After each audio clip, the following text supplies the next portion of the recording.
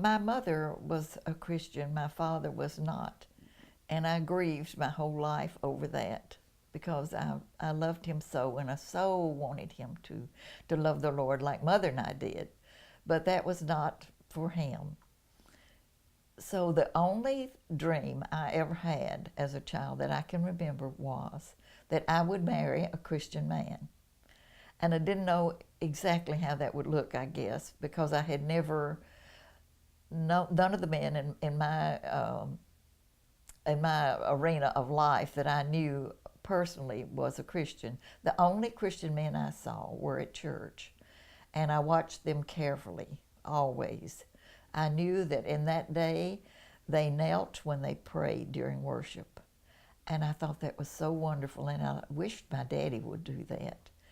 But it didn't happen, but I maintained that dream all of my life that I could marry a Christian man. Didn't want to be a teacher, didn't want to be a stenographer, as we said in that day, or a secretary or anything like that, not even a nurse. I wanted to be married to a Christian man. So I was on the lookout very early. Well, Madison Church of Christ one winter decided that they would have, that's where Mother and I attended every service, decided that they would have in-depth Bible studies 3 nights a week with maps and charts and in-depth things that I had never seen. So we went, of course. When we got there, there was a young man there. I was about 13 or 14. This was in 1944, 45. That had come from somewhere else. I didn't know him. His name turned out to be Max Johnson. He had lived 20 miles away, and he heard about those classes that were about to start. And since he wanted to be a preacher in a few years, he came to attend those meetings, those classes. He had to get permission from his father to get the car. Gas was rationed in that day because it was wartime. And his father said he could use the gas to come because it was very important to the family. So he came 3 nights a week, and I met him. He had a beautiful tenor voice, sang wonderfully. I observed him carefully and decided that he would be the man I would marry. So I explained that to the Lord. I said, Father, this is the man. I will marry Max, okay? Well, I thought the Lord understood me perfectly with that. But after 2 winters of being together, the two of us, when I say we didn't date exactly, there were no ball games to attend. There was a war going on. There were very few movies to be seen, and we didn't have any money anyway. So he would come to my house for Sunday dinner and things like that. And after 2 years of that, he just took me home one night, and he didn't say, I will never come back here again or anything, and I expected fully to see him soon. But he never came back. And I grieved. I literally grieved and grieved and grieved. By that time, I was probably 15 or so. And, but he was gone forever. We both eventually got married. He met a girl at Lipscomb and married her, and she was a wonderful young woman. And I married a young man who turned out to be a preacher as well. And we went our separate ways, and that was the end, of course, of that.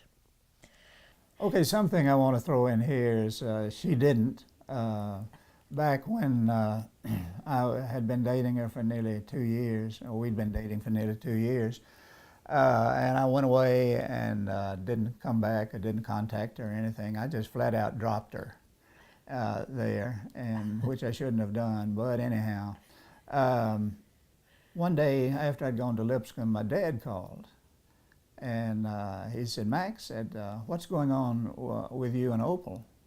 And I said, well, I really haven't seen her since I came away to Lipscomb. And he said, well, he said, I think you need to go over there and get some things straightened out. And I said, what do you mean? And he said, well, her mother called me. Can you believe that? His And mother called. said, she's very upset, and so you need to go over there and get some things straightened out. And I said, well, okay. So he drove the car to Madison, and I took the bus from Lipscomb over to Madison and went in the car, and I got in the car and went up to her house, which wasn't about 300-400 yards from the church building. But anyhow, the only thing that I remember about that visit, I don't remember a thing that was said or anything, except when I got ready to leave and was going to go out the door, she said, Max, she said, I hope your conscience burns a hole clean through you. Did I really say that? She did. One funny thing about this story is my mother didn't even have a telephone. I would have been horrified to know that she had called, of course, but this was not a simple thing for her to do. She went somewhere to use the phone. And who can bear the thought of their mother calling a boyfriend's father? Anyway, I was horrified. I attended David Lipscomb High School, graduated from there. And at the end of my senior year, in that summer, 1946, I was married to Howard Wakefield, who had recently come from the Air Force, had been in the World War II situation. And he started to school, and I worked as many people in our situation, many girls like me worked, and worked their husbands' way through college, as we said at that time. In fact, at the end of that time, some colleges even presented wives like that with their putting husband through award, their PhD. I didn't get one of those, but I did the work, believe me. And he graduated from there and became a preacher and a school administrator in years to come, and that sort of thing. We lived in Madison for a time. He preached for a little church in North Nashville. And by the time he was finished with his senior year, we graduated in May. Our first son, our first child, was born in April, Steve Wakefield. And I had never even been around a baby. I had never changed a diaper in my life. I knew absolutely nothing. And so he was kind of our little guinea pig, my little guinea pig. I didn't know it, but I adored him. I thought the most wonderful thing on earth that could possibly have happened to me was that child. I remember standing on the church steps one night after a service. I was out there by myself. The baby had been crying, I guess. And I had him in my arms, and I was just beside myself. And a gentleman came out and saw me standing there. I didn't even know he was out there. And he just stood and observed me. I knew later for a little bit, and he said, "You're rich, aren't you, girl?" And I said, "Yes, I'm rich." And I spent most of my life being rich, very rich. That does not, however, include money. No money involved here at all. But I was rich with the blessing of the Lord giving me babies. And I had 4 babies in 5 years. We lived eventually on the homestead in Cumberland County in Tennessee, where my husband preached for a church called Linary, a little country mountain church, and served as principal of Cumberland County High School. We lived in a homestead house, and I won't tell you all about that, but you can research that if anybody should be interested. Franklin Delano Roosevelt's wife, Eleanor, started a program in Tennessee. It was a homestead program, and houses were built by people who needed a place to live, and they were given land, and these were wonderful houses. That program had ceased, but people still lived there in those houses and do to this day. And we lived in one of those, and one night our house burned to the ground. Everything we had was gone. We were not at home that night. But it was a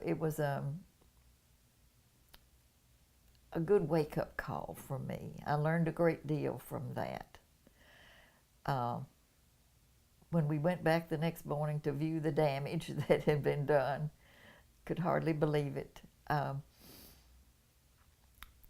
It was a wake-up call. I realized that the things that we had, and they were there. We had done our house in early attic. I don't know. That's a style. Probably you may not know what that is, but think about it a minute, and maybe you'll get it. We had nothing that was new. Everything was something that somebody else had used, and it was a hodgepodge. But it was great, and we were grateful. But everything was gone, and I learned that through that experience, that stuff makes very little difference. So I've been happy without so much stuff all of my life. I think it's been a real, truly a blessing. My children have been wonderful.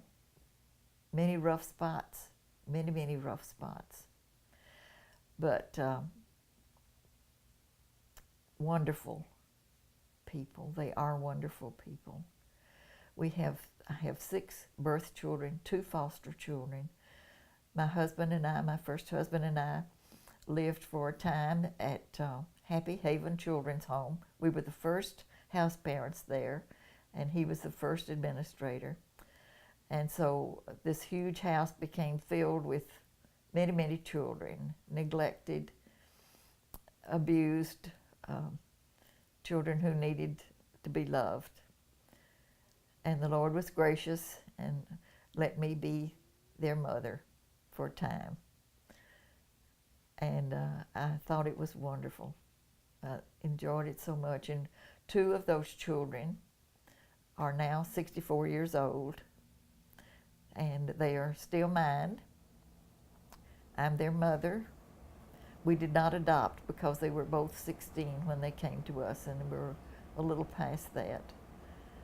But they're good citizens, good Christians. They love the Lord, and I'm proud of them, as I am of all of my children.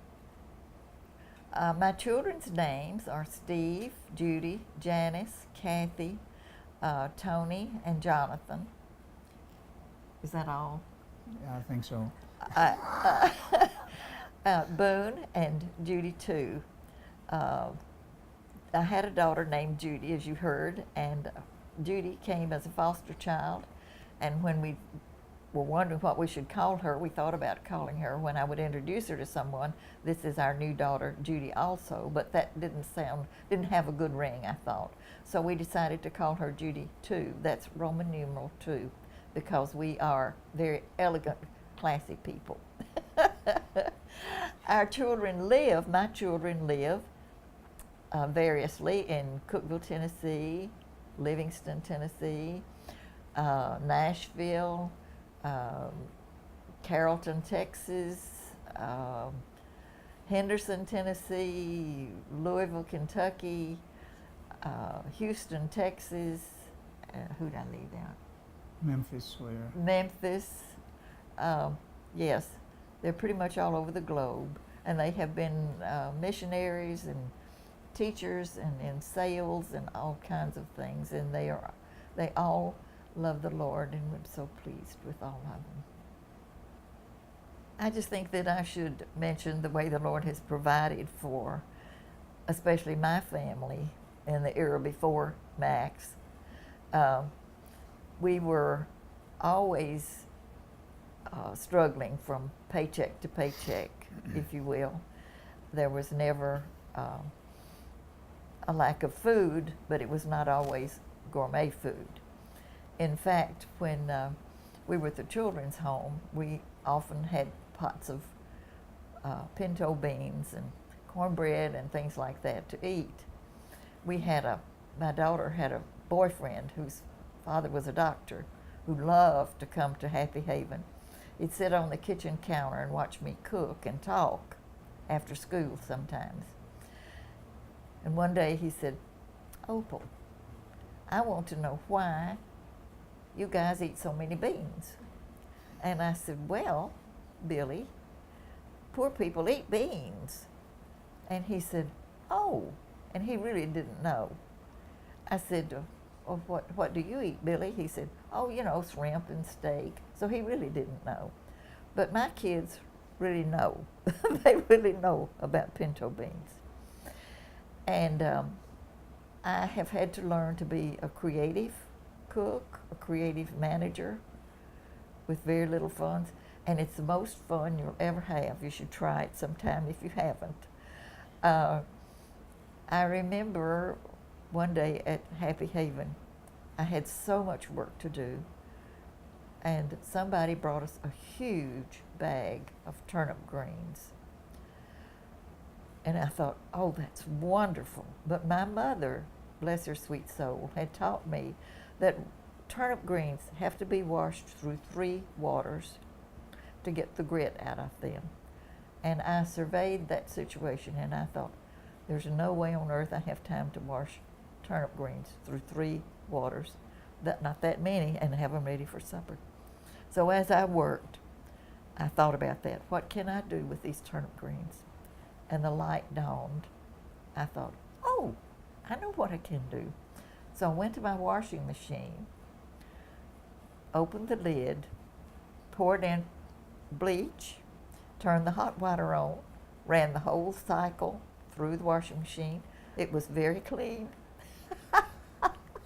When that was finished, I dumped my turnip greens in, turned the cold water on, and they went through 1 wash and 2 rinses, which I thought would please my mother.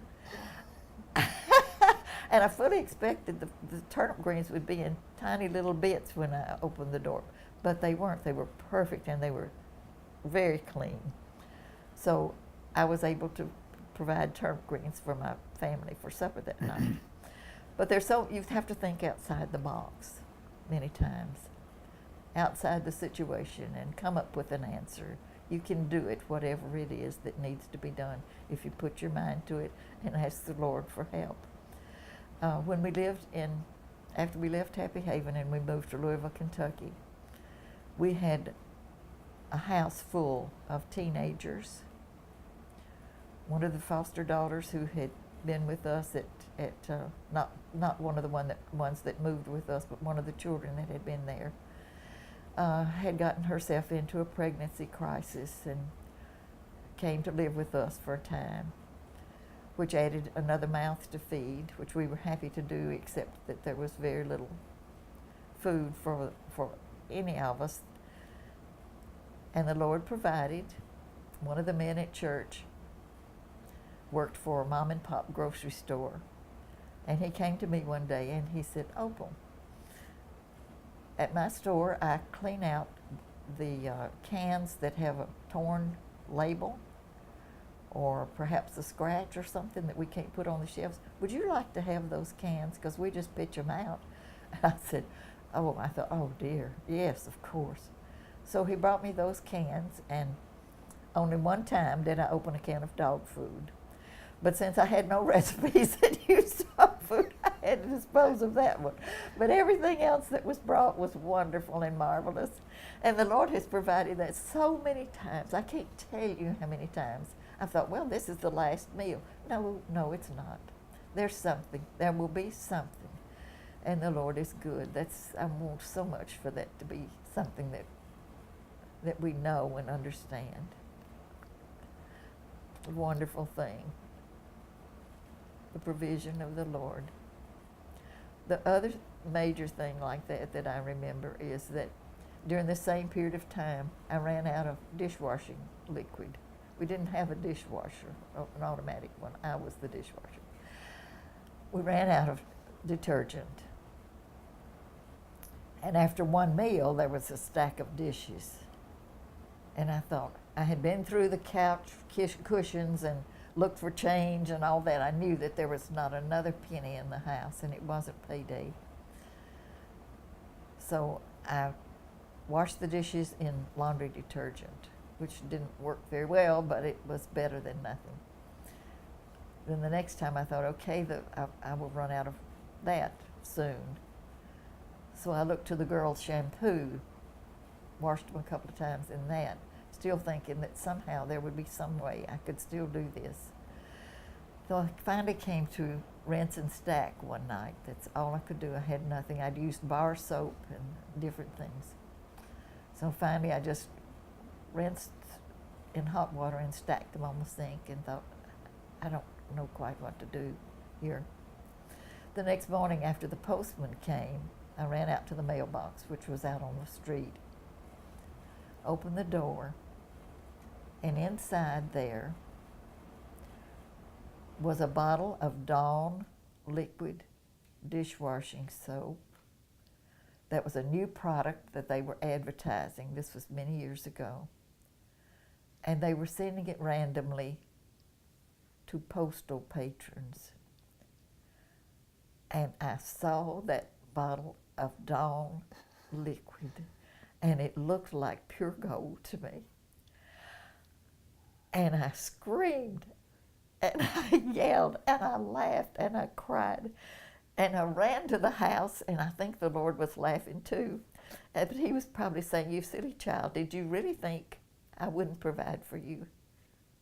So that's my dishwashing story and the Lord's provision. Just wanted you to know.